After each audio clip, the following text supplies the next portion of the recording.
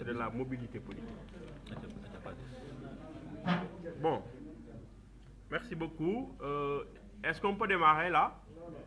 Ah bon. Nous, on est prêts, hein?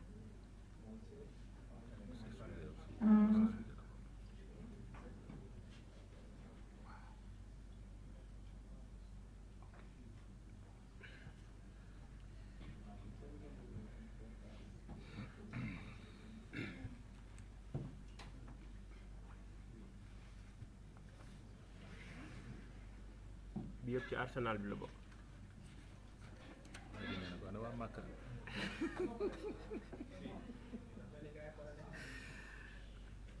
C'est bon, hein?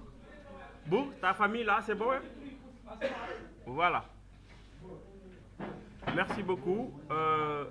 chers journalistes, chers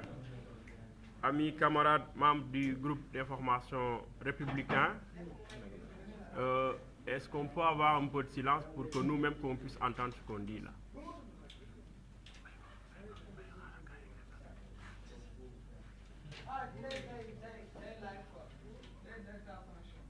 Ok.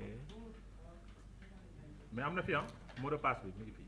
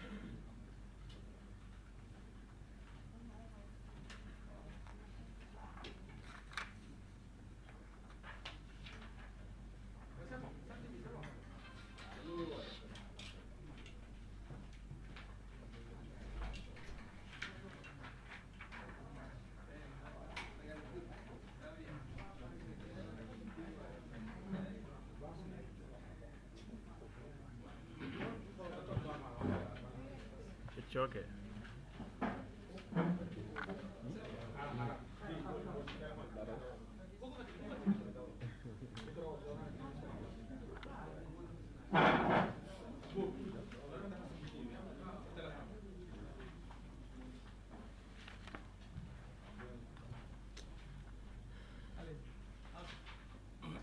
C'est bon, hein? Voilà. Merci beaucoup, chers journalistes, chers membres du groupe d'information républicain. Nous voulons d'abord nous excuser pour ce retard, indépendant de notre volonté. Vous savez qu'on est en plein jour de travail, donc il est parfois difficile de mobiliser les gens à 16 heures. Ceci étant dit, je vais procéder à la lecture de notre propos liminaire en français et la version Wolof sera faite par mon camarade Adama Adoussou Fall. Ensuite, nous rendrons la parole aux journalistes pour les séries de questions que nous nous ferons l'honneur de répondre une à une en fonction justement de ce que vous aurez à nous demander. Merci beaucoup. L'actualité de ces derniers jours est dominée par la question de l'électricité. Il convient pour une bonne compréhension de rétablir la vérité, mais surtout de montrer le caractère éminemment social de la politique du président Macky Sall. En effet, depuis 2012, au moment où certains pays africains comme le Rwanda procédaient à une augmentation de 35%, la Côte d'Ivoire, une augmentation de 40%, le Ghana, une augmentation de 59,2%, l'Égypte, une augmentation de 41,5%, l'Afrique du Sud, une augmentation de 57,8%, le Nigeria, 45%, la Tunisie 15%, la France 6%. Le président Macky Sall avait opté, durant ces 7 ans-là, pour le blocage des tarifs durant les 5 premières années. Et mieux, il avait choisi une baisse généralisée en 2017, comprise entre 4 et 11%. Le tableau comparatif des éléments que je vous ai cités tout à l'heure est là disponible, si vous le voulez. En décidant de réajuster les prix de l'électricité, le président de la République Macky Sall a, pour la même occasion, décidé de ne pas l'appliquer aux familles à faible consommation représentant 54% des clients de la Sénélec, soit 600 000 familles. Dans le même registre, le groupe d'information républicain GIR indique qu'il est important de rappeler qu'en 2011, le pouvoir d'alors invitait les Sénégalais à retourner vers l'utilisation de la bougie, au regard des nombreux délestages qui avaient fini par plonger le Sénégal et les Sénégalais dans un désarroi profond. Disposer de l'électricité ne serait-ce que pour 1 heure était devenu un luxe inestimable. Aujourd'hui, le Sénégal est passé de plus de 900 heures de coupure en 2011 à moins de 24 heures de coupure. Vous conviendrez avec nous que comparaison n'est pas raison. C'est un adage universel. En cherchant par une énième tentative de politiser un acte social d'équité en faveur du monde rural, l'opposition sénégalaise montre une fois de plus qu'elle n'est mue que par le dessein de déstabiliser le pays afin d'arriver à ses fins. Du front FIPO à Nyolank, en passant par FNL, Pause et Aar Lu Ñu Bokk et que sais-je encore, le modus a toujours été de provoquer un soulèvement par une tentative de désinformation et de manipulation de la population. Le GIR dénonce ces faits et se positionne toujours en sentinelle aux côtés du peuple pour apporter les réponses nécessaires et faire face aux détracteurs. Face à ces déclarations fallacieuses, le GIR considère que l'opinion publique doit savoir et comprendre les raisons de ce réajustement des prix de l'électricité.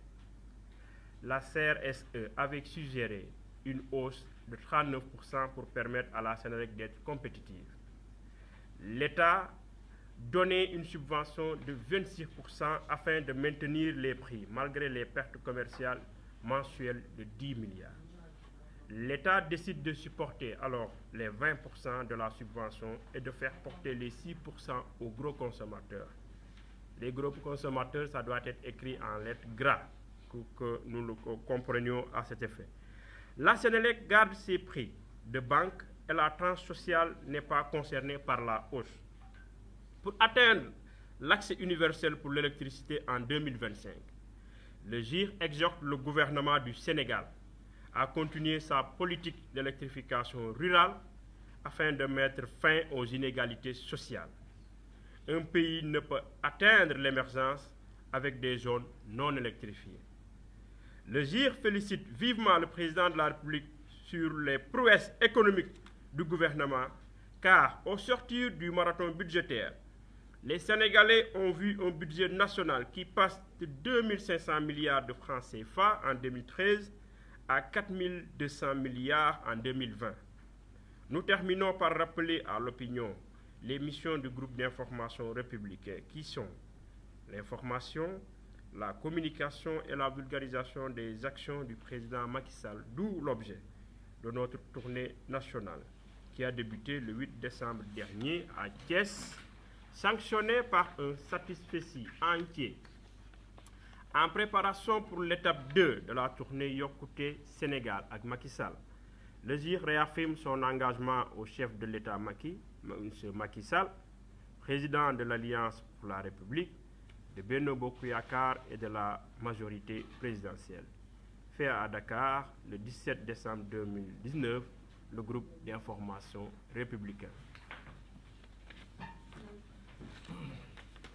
Maintenant, à présent, Adama Fall fera la version Wolof. Je pense que je vais me déplacer et lui laisser la place.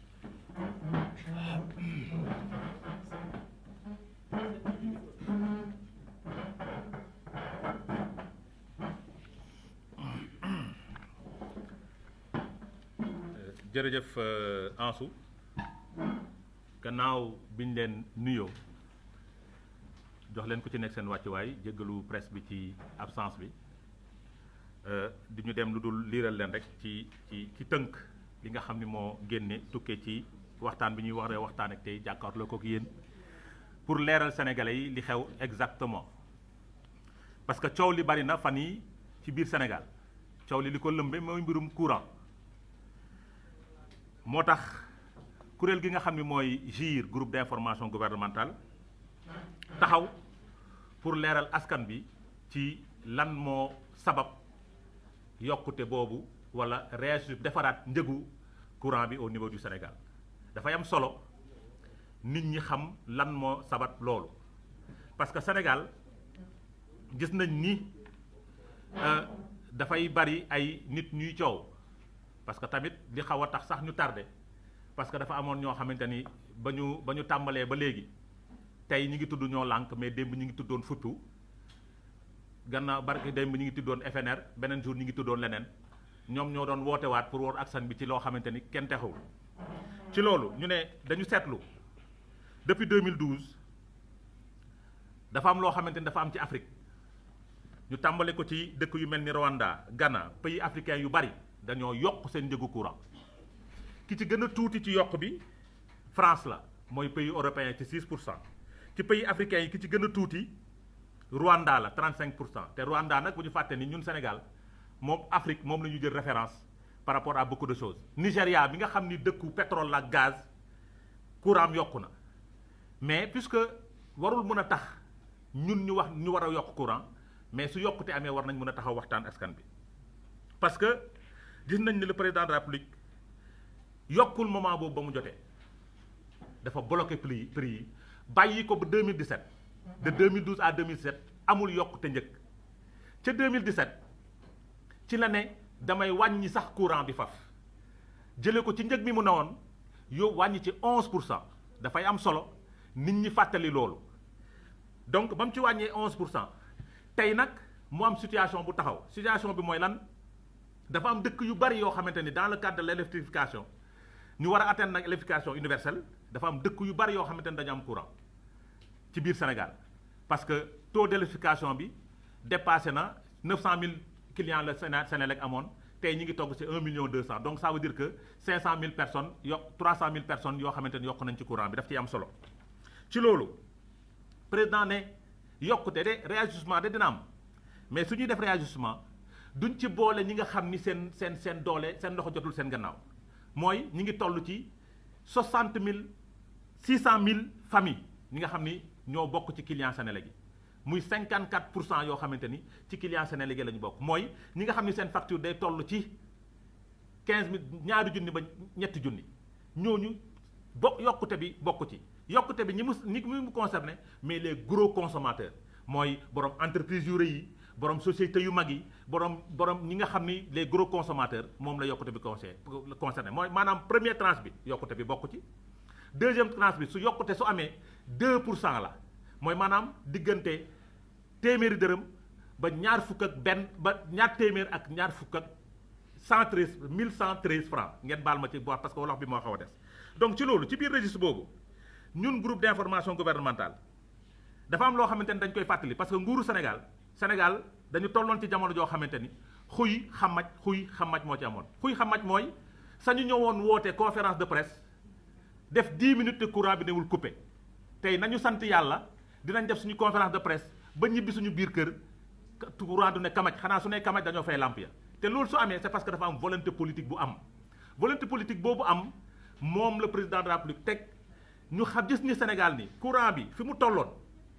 weesu nañ ko heure de coupure yi ci 900 heures lañ tolloon maanaam 35 jours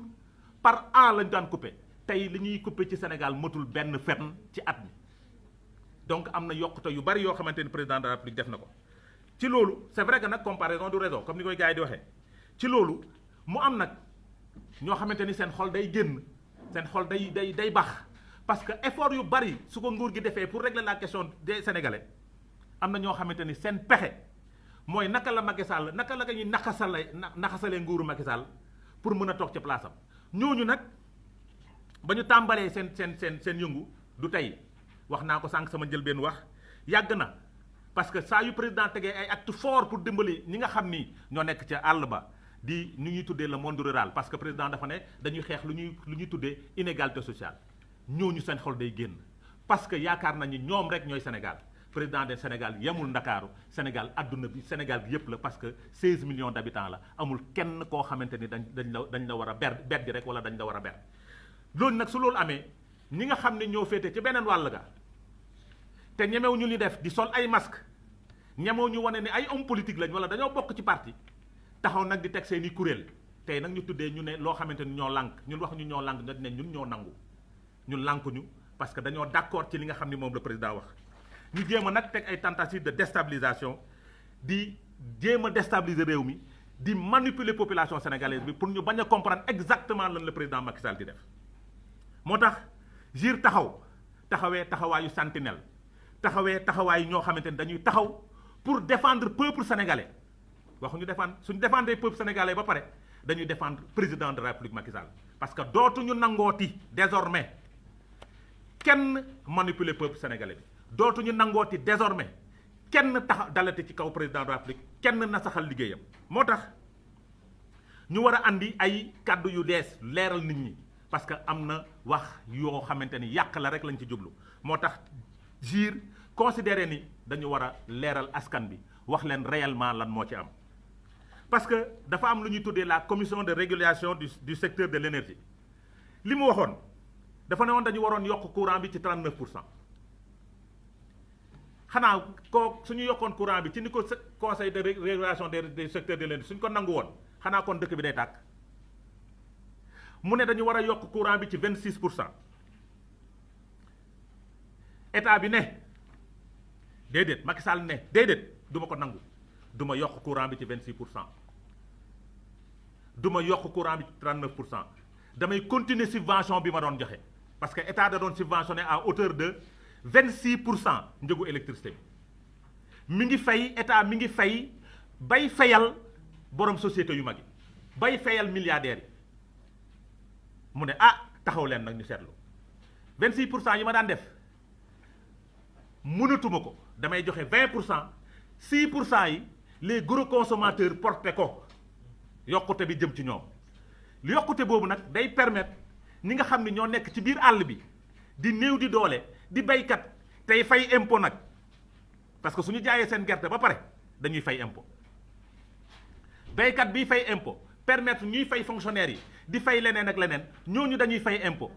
pour muy dugg ci gafaka borom alal yi léegi lu tax borom alal yi du ñu fayal courant ñi nga xam ne dañoo néew doole loolu moo waral loolu ci loolu ñu ne nag puisque dañoo bëgg atteindre lu ñuy tuddee l'accès universel à l'électricité mooy Sénégal gi yëpp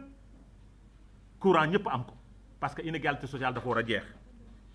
JIR dafay ñaax président de la République ci politique boobu mu tegoon mu continuer ko bu mu ko bàyyi benn yoon parce que Sénégal ba mu commencé électrification yi dëkk yu bëri marché yu bëri gën nañ koo gis ci biir télé yi naan dañoo soxla ndox wala dañoo soxla courant parce que dëkk yu ci bëri courant ba àgg na fa ndox ba àgg na fa donc ñu ne ko ñu koy ñaax nag mu continuer ko parce que loolu moo tax Sénégal dootul nekk Sénégal kumba am ndey dootul nekk Sénégal kumba amul ndey n'est-ce pas ci loolu ñu ne nag am na lu fi xew parce que fan yi dégg ngeen ni am na marathon budgétaire bi amoon biir Assemblée nationale JIR mi ngi gërëm l'ensemble du gouvernement du Sénégal parce que budget Sénégal yokku na ci diggante 2013 ba 2013 ba 2020 mi ngi jóge ci plus de 2500 milliards ci 2013 ñëw agsi ci 4200 milliards en 2020 loolu prouesse lu rëy la loolu mooy wane lan mooy l'aspect social bi nga xam ni côté yërmande bi nga xam ni moom le président de la République nekk mooy wane ni looloo augmenté budget bi ba nga xam ni ku ci nekk mën ci mujj jot du ñu terminer nag pour wax opinion bi lan mooy taxawaayu JIR c'est important ñu wax parce que opinion bi parce que ñu ngi dégg JIR di dégg JIR il faut opinion bi sénégalais yi xam lan mooy taxawaayu JIR lan mooy JIR JIR kuréel la boo xamante ni li ko tax a jóg mooy informer li ko tax a jóg mooy communiquer ñu ngi koy def li ko tax a jóg mooy vulgariser tàmbali nañ ko ca Thiès dans le cadre de la vulgarisation mooy léegi nag dañu jëm ci deuxième étape bi ci deuxième étape boobu caravane bu ñu tuddee yokkute Sénégal ak Macky Sall ci loolu JIR mi ngi réaffirmer son engagement ci wetu Macky Sall di ko wax ni JIR taxaw na depuis bañ ko sosee ba léegi nekk les sentinelles du président de la République JIR taxaw na depuis bañ ko sosee ba léegi nekk aux côtés du peuple sénégalais pour fépp foo xamante ni yàq am na fa wala wax ju ñaaw am na fa rek ñu taxaw pour wax dëgg sénégalais pour ñu taxaw pour aar président de la République ñu taxaw pour yee sénégalais ci yenn wax ju ñaaw yi nga xam ni moom moo ci am loolu moo nekkoon tënk ci ramassé li nga xam ni moom la ñu bëggoon wax ak journaliste yi ñu ngi leen di gërëm di leen sant wasalaam ñu ngi leen di bàyyi seen question bi nag ngeen am ko. Merci beaucoup. À présent, nous sommes à votre disposition si vous avez des questions à l'assistance. Nous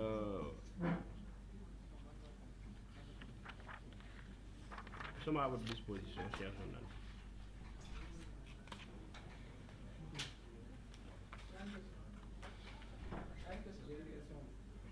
Oui. Bonjour, c'est Ndeye Koumba, journaliste à la 7TV. Ndeye Koumba. La première question, c'est par rapport au GAP de la Sénélec. Dans le document, j'ai vu nullement mentionner le GAP. C'est exactement combien de milliards? Parfois, on parle de 12 milliards. Parfois, on entend plus de 100 milliards. Exactement, quels sont le GAP? Notre question, c'est par rapport à la déclaration de l'ancien directeur général de la Sénélec, chez Cissé, qui disait que la Sénélec pouvait même ravitailler des pays de la sous-région. C'est pas noté également dans le document. Vous n'avez pas écho de ces informations ou bien c'est pas important?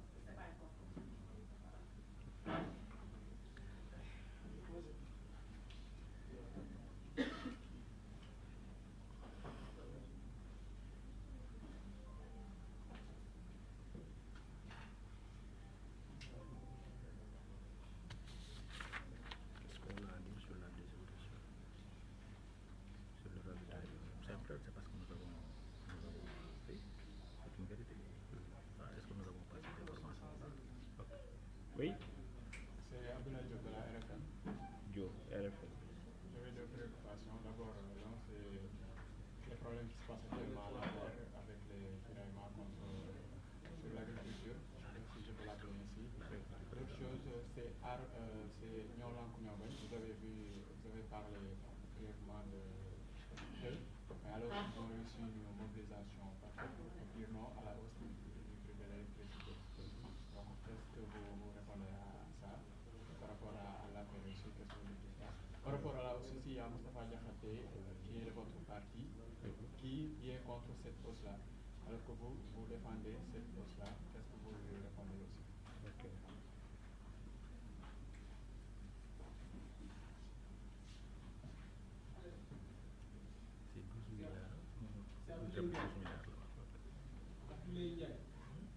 Comment?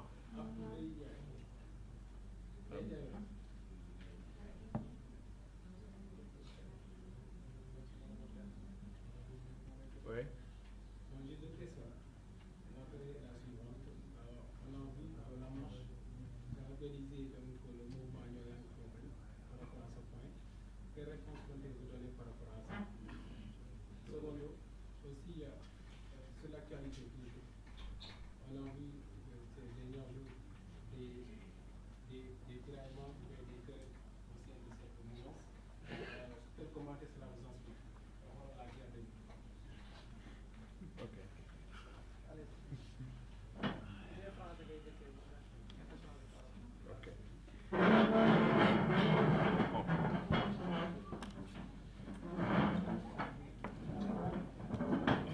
Merci beaucoup, chers journalistes. Nous allons procéder à la réponse des questions qui nous ont été posées par d'abord Madame Ndeye Koumba de la DTV. 7 TV, ok. 7 TV. 7, hein? Voilà, merci. Donc, par rapport à la question sur le gap, le gap, il est de 12 milliards. Hein? Donc, ça,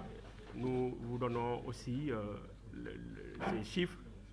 que nous avons, que peut-être vous avez, par rapport à l'ancienne déclaration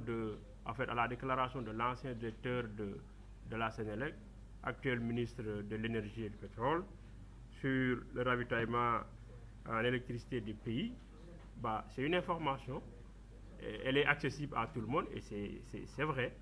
Le Sénégal a eu effectivement à vendre de l'électricité à des pays limitrophes. Et donc je pense que ça, ce n'est plus un secret, c'est connu de tous. Nous n'avons pas jugé nécessaire de le mettre puisque chaque Sénégalais, en tout cas, était au courant un peu de ce qui a été fait à ce niveau. Par rapport à la question de M. Diop de la RFM, d'abord sur la question de la mobilisation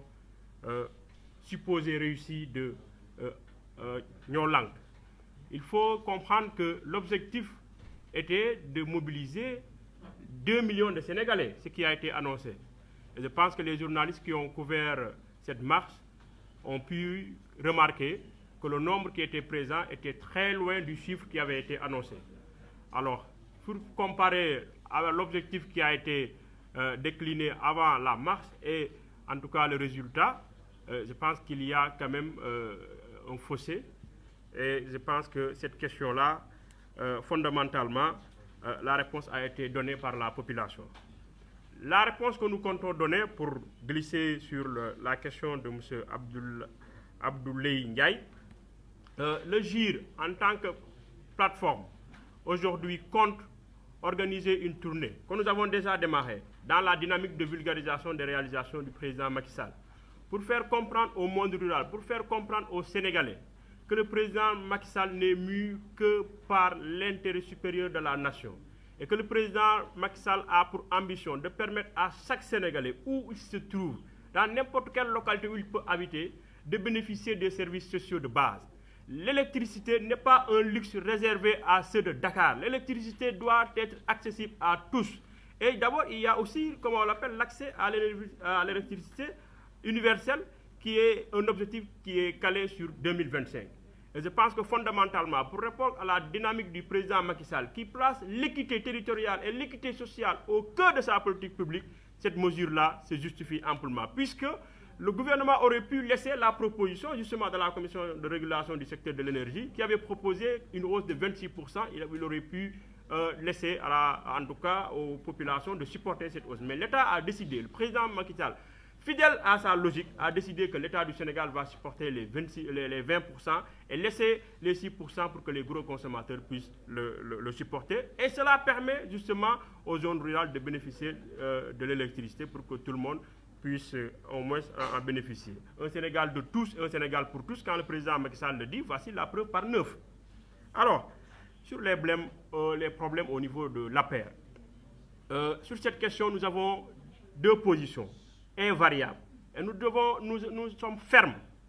D'abord, les turpitudes des uns et des autres ne nous engagent pas. Ceux qui sont dans une entreprise de diabolisation, de chantage ou de ne sais quoi encore, n'ont qu'à prendre leurs responsabilités et déconnecter leurs agissements de la ligne du parti et du président Macky Sall. Ça n'a rien à voir. Mais le GIR, en tant que sentinelle du président Macky Sall, ne laissera aucun responsable, qu'il soit de la mouvance présidentielle, qu'il soit de l'APR, qu'il soit même de l'opposition, aujourd'hui, voué aux hémonies le président Macky Sall. Ça, quand même, je pense que c'est une position ferme que nous devons rappeler à tout le monde. Et aujourd'hui, c'est l'occasion rêvée qui nous est donnée de rappeler les uns et les autres à beaucoup plus de sérénité. La gestion d'un État, la gestion d'un pays requiert des positions aujourd'hui responsables. Et cela va dans les actes que nous posons, cela va dans la pratique politique que nous avons tous les jours, mais cela va aussi dans les prises de parole que nous avons en privé et en public. Et nous appelons les uns et les autres à beaucoup plus de sérénité pour, en tout cas, répondre à l'appel du président de la République qui engage tout le gouvernement et les Sénégalais à se concentrer sur le travail. Parce que ce n'est pas les polémiques qui feront avancer le pays, c'est le travail qui fera avancer ce pays-là. Si pendant les 7 ans, le président Macky Sall a pu réaliser ce qu'il a réalisé, ce n'est pas par des palabres, c'est par un travail d'arrache-pied. Et donc fondamentalement, voici ce que nous avons à dire sur cette question, en tout cas sur ces questions. Je pense que, voilà, sur la position de Moustapha Diakhaté, en tout cas, nous avons la position de Moustapha Diakhaté est à ranger aujourd'hui dans le registre de ce que nous avons justement qualifié tout à l'heure à l'opposition, dans le registre de la manipulation, dans le registre de la désinformation. Moustapha Diakhaté est libre d'avoir ses positions. Ça, c'est ses positions personnelles. Mais la position de Moustapha Diakhaté n'engage pas le parti. Parce que Moustapha Diakhaté aujourd'hui n'a pas une position qui lui puisse permettre de parler au nom et pour le compte de l'Alliance pour la République. À mon sens, je ne le reconnais pas avoir en tout cas aujourd'hui une fonction officielle dans le parti qui lui permette de parler au nom d'une structure ou bien d'une position donnée. Maintenant, sa position en tant que citoyen, nous avons apporté les éléments de réponse. Et ces éléments de réponse que nous avons servi à cette énième regroupement dénommé Nyolank, bah, c'est cette même réponse-là qui sert de réponse à Moustapha Diakhaté. Je vous remercie de votre attention. ñu tënk ko metti na de jóg beeg toog bi ñu tënk ko rek rapidement parce que aussi les questions sont des ay laaj la yu am solo te du sooy def texte préliminaire nag soxna bu nekk 7TV daanaka doo ci tënk lépp parce que su boobaa conférence de presse bi doo leen am laaj boo leen tontu c'est normal texte bi ñu bindee ko nii pour mun leen permettre tamit ngeen gëstu seen rôle mooy laajte pour ñu wax leen. par rapport au GAP wax nañ leen ni mooy li waajoo rek 12 milliards moom la ñu def comme déclaration mais li ñuy wax naan li état bi supporté ci ñetti at yi mujj en termes de subvention 316 milliards la yu teg moom la supporté en termes de subvention 316 milliards la état bi ci ñetti at yii pour bañ njëgu courant bi yokku pour bañ ñu àgg ci 39% 316 milliards ak yu teg la état bi supporté tey ak subvention bi am ci 20% yi client bi li mu war a jël ci information li mu war a fay li mu war a jàpp li mu andi am comme contribution c'est 2 milliards yu teg donc yooyu dafay am solo nit ñi xam ko parce que du 10 milliards yëpp état du Sénégal moo koy joxe donc c'est important donc ça veut dire que aspect social bi mi ngi koy def ba léegi li nga xam ni mooy li ñuy wax ravitaillement bi mais attends Sénégal nag ay mégawatt lañ fi doon wax de yaakaar naa ci électricité mais léegi ay gigawatt la ñuy wax nag quoi parce que dépassé nañ loolu dépassé nañ ay mégawatt avec le président Macky Sall on a dépassé largement la production suñ demee ba am réew nag dépassé largement la production yaakaar naa ne war na mën a taxaw jaay courant mais dépassé largement production warul mën a tere suñ réajustement tarifaire waree am mu am pour mën a dimbali ñi nga xam ne ñoo nekk ci àll bi mën a am courant parce que loolu aussi c'est important que nit ñi xam ko donc ci loolu moom moo tax ñu andi loolu. Maintenant les problèmes de l'Alliance pour la République Alliance pour la République pour man problème amu ca ay nit ñooy jóg di wax li ñuy ressentir ñoom la concerné parce que parti nag dafa am lu muy doxee parti sooy wax da ngay wax ci kuréel parti sooy wax da ngay wax ci turu parti dafa am discipline de parti ñi nga xam ne li ñuy wax waxuñu APR waxuñu Sénégal waxuñu leneen seen waxi bopp la ñuy wax te yaakaar naa ni nag le président am na fulla ak fayda il a sifflé la fin de la récréation parce que ñun taluñu di wax ci koo xamante ni li muy wax ñoruñu li ñu tal mooy ñun Sénégal moo ñu ñor Sénégal moo ñu tax a jóg naka le président de la République def ba réussir mission moo ñu tax a jóg li nga xam ne nag moo la ñuy wax nañ ko wax mais Alliance pour la République comme parti politique il se porte très bien l'APR est en bonne santé structure yaa ngi fonctionner normalement nit ñaa ngi réunir normalement activité yaa ngi am normalement dimbali leen ñu rek bu leen ñu boole ci coow yooyu nga xam ne day màtte te bëgguñu moom màtt ñu Alliance pour la République mi ngi sant yàlla bu baax ci li mu ne su amuloon loolu lii du am APR su santuloon yàlla conférence de presse bii du am APR su santuloon yàlla tournée du am ba ñuy dem ci département yi wala ñuy dem di vulgariser donc ñu ngi sant yàlla bu baax bukki boobu mantoon parti boobee dimbali leen ñu ci rek ba bukki boobu bañ ñoo màtt parce que dafa am loo xamante ne nag ah yéen a koy créer rek maa ngi jéggalu donc pour wax non je dis maintenant pour la mobilisation dama ne pour la mobilisation ñoo xamante ni ba ñu tàmbalee ba léegi du loolu objectif bi ñu amoon mooy lan objectif bi ñu amoon di ngeen ma bàyyi ma wax de objectif bi ñu amoon mooy toll ci 2 millions de personnes mais nag du ñu wax ni réussir uñ seen mobilisation dañ leen di wax guléet ci ñoom tey guléet ci ñoom ñu réussir mobilisation mais lu tax ñu réussir mobilisation mais dañoo waxul dëgg askan bi la population a été manipulée désinformée moo tax population bi jóg ànd ak ñoom mais tey nañu woote suba te nag dégg nañ leen ci seeni conférence de presse ñu naan non dañuy dem place de l'indépendance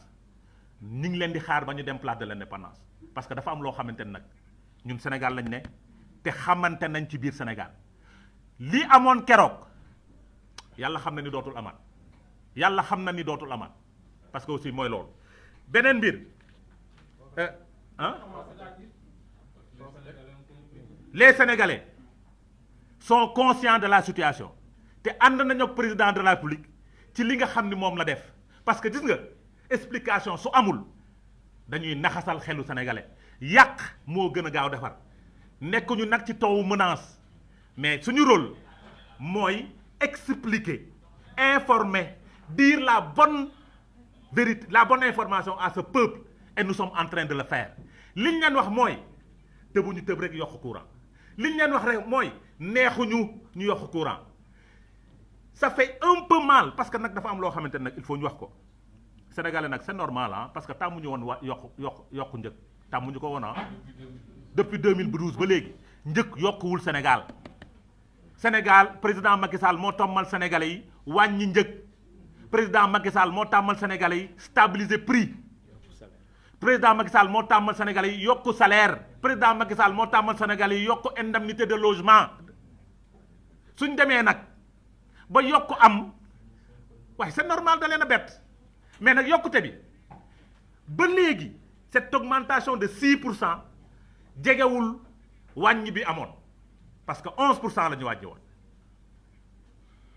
mais malheureusement puisque la bonne information génnul moo tax population bi koreewul jugul ñi ngi wax ni dañoo seetaanoon ba ñu yokkee cours essence ak gasoil ku wàññi 110 francs ci gasoil ak essence yokk 50 francs ban augmentation la nañu wax leneen sénégalais yi courant bi yokku na mais àggul fu ñu wàññi woon pétrole kii nu mu tuddati gasoil beeg essence bi yokku na mais àggul fi mu àggoon fi ñu wàññi woon donc ngal la président de la République gàcce ngalaama président de la République celui qui pense à son peuple et qui croit à son peuple yërëm na réewam yërëm na askanam donc par conséquent dañuy wax sénégalais yi ne leen ñee nga xam ni dara ñoru leen nag lu dul Macky Sall jóge fi ñoom ñu toog fi ñun nag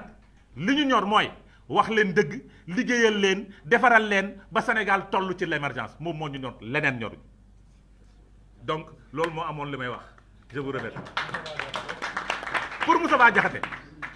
xam nga Moustapha nag wax dëgg si yàlla dañ koy comprendre parce que c'est dans ses habitudes ci jikkoom la sax muy wax mais na xam ni li mu amoon ca jamonoy wàccoog alternance du ko am ci jamonoy alliance pour la république duñ ko wax lu ñaaw duñ ko saaga duñ ko xas mais xam nañ ni lépp loo xamante ne daf koy wax rek te su nekkee li muy wax gëm na ko te bëgg na président de la république comme ni mu koy waxee na ko fekk fi muy toog gis nga dafa am loo xamante ni jeunes yi laa koy wax ñiy politique dafa am ñoo xamante ni s'ils perdent le buzz àdduna jaral na leen ñu jaay seeni mbokk pour dellu siwaat ci buzz ngeen baal maax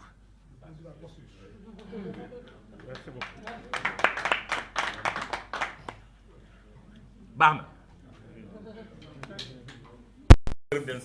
Ok, merci beaucoup. C'était un live